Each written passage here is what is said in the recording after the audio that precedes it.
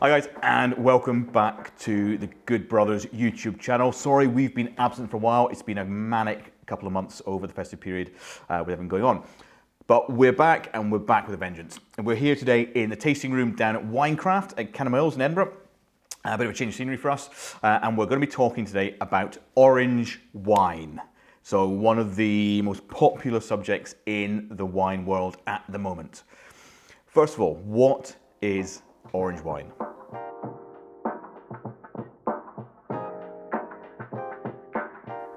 What it isn't, it's not made from oranges. Now, I'm sure most of you know that already, but it needs to be said and stated plain as day. Orange wine is not made from oranges. It is wine, white wine, that sees an extended skin maceration throughout the fermentation process.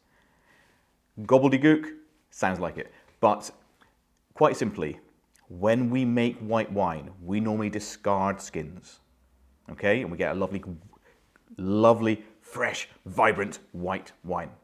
Now, if we leave the skins in contact with the juice during that fermentation process, similar to what we do in red wine with red skins, we get extraction of color, extraction of tannin, and extraction of flavor as well, which gives us this wonderful orange color.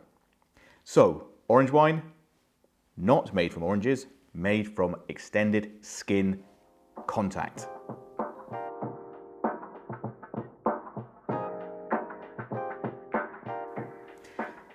Now, the history of orange wine is ancient, absolutely ancient.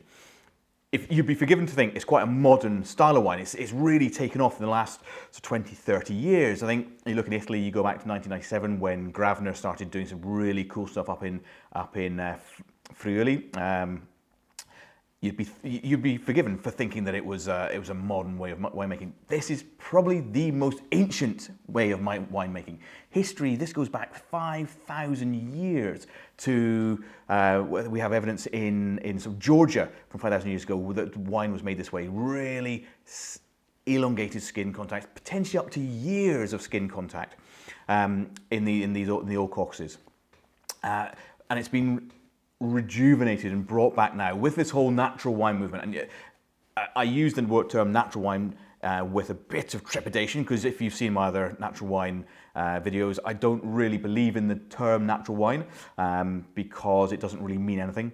But the modern or the new wave of winemaking, which is minimal intervention, sustainability, organic biodynamics, it's really brought it back to the fore because it's such a sustainable, natural, minimal intervention way of making wine. What we do is we take the grapes, and these will be organic and biodynamic, because if you're working away with a wine like this, you're of course going to be working in an organic manner, because you're already spending so much time and energy into making it orange. You may as well have it organic, and it's just left there to ferment with natural yeasts. It's no manipulation, so we don't do anything. We just leave the skins in contact, and we leave it. We often seal off the vessel, and the vessels that we ferment in. If you think about traditional winemaking, we think about big stainless steel tanks, potentially a bit of oak. Here we're using oak, we're using concrete vats, or we're using ceramic, clay, quervi, or amphores. Where you can get a little bit of oxygen ingress, you can get more development, more flavour, nuttiness flavours coming through. Brilliant. So, what does orange wine taste like?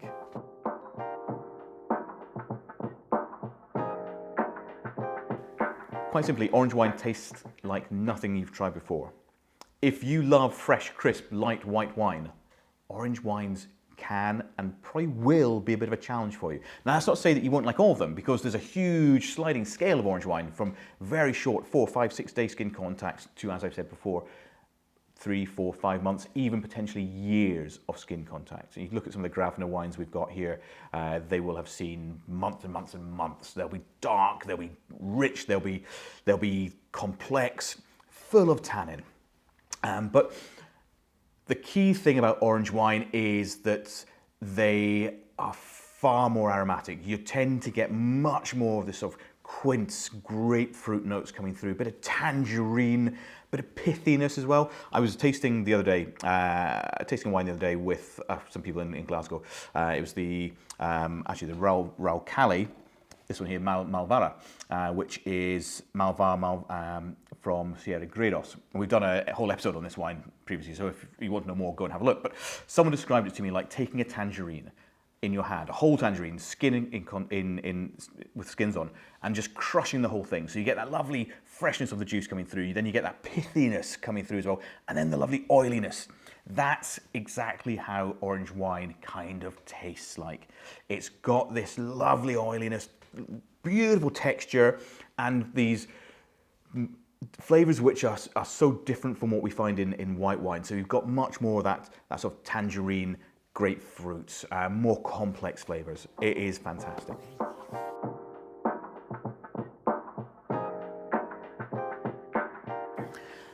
Now, where do we find orange wine around the world? Pretty much everywhere. As I've said before, the northeast of Italy, so that's Venezia, Friuli area, up towards the Slovenian border, is where a lot of that Italian orange wine production is focused.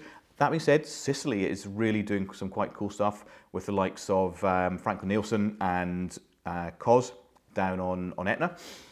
Then if you're looking in France, France, we just need to look up to the Jura. Château Calon has got such a long history of skins and development, oxidative winemaking. It's brilliant. If you look to Germany, Austria, to Spain, we've got two Spanish wines here, which are the Raul Cali and the Olla Lumbreras Milagritos. Brilliant.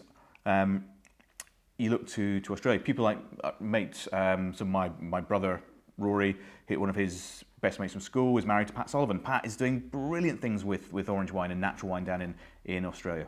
Absolutely fantastic, really is. It can be made anywhere in the world. It's just about how you make it. And the styles vary. As I said, you've got these really light, very short skin contact, which are really skin contact whites. Now, I wouldn't call them orange wines, they're skin contact white wines. Things like the 2020 Brutal Roussanne Riesling Albarino and Grenache Blanc we have here. So it sees about 6 to 8 days of skin contact on the Grenache Blanc and the Albarino. And the Roussanne doesn't see anything, so it's really a skin contact white, bit more grip, bit more texture, right through to the likes of the Emma here, which is a Moscato skin contact from the north of Italy. I mean, you can see the colour of it there. It's vibrant. So that's orange wine in a nutshell. It's a huge topic, and we're just scratching the surface here. There's so much out there to try and to look at. What I would say, if you're getting into orange wine, don't go too far too soon, because you'll be probably put off. Take some recommendations. Go and talk to your local wine shops. Go and talk to local wine bars. Get recommendations on a simple way to get in, which is soft, gentle styles of orange wine. Wines which haven't got too much texture, grip, and just start appreciating the different styles, different flavors. Then it just opens up for you. It's a fantastic, wonderful, wonderful area of wine to look at, and it's really rewarding. Before we go, food as well. Orange wine is made for food. Really, with all that grip and texture and tannin, you can pair orange wine with big meals, big rich meals, spice. I mean, we had the other night we had a Korean lamb dish with kimchi and chili and everything, and we put some orange wine with it. It was fantastic. Really, really fatty, but it will go with anything. So try it with food. If you don't like it on its own, give it another shot with food, because you won't be disappointed. Well, guys, that's Orange Wine 101. Good to be back. Good to be doing these again, and stay tuned for more coming up. Remember, if you like everything you're seeing and hearing, why don't you subscribe down below? If you've got any comments or anything else you want to know, drop us a note in the comments box down there as well, and we'll try and get back to you and answer them. And if there's more detail you want, again, we can do that for you later today. But until next time, remember, drink better wine.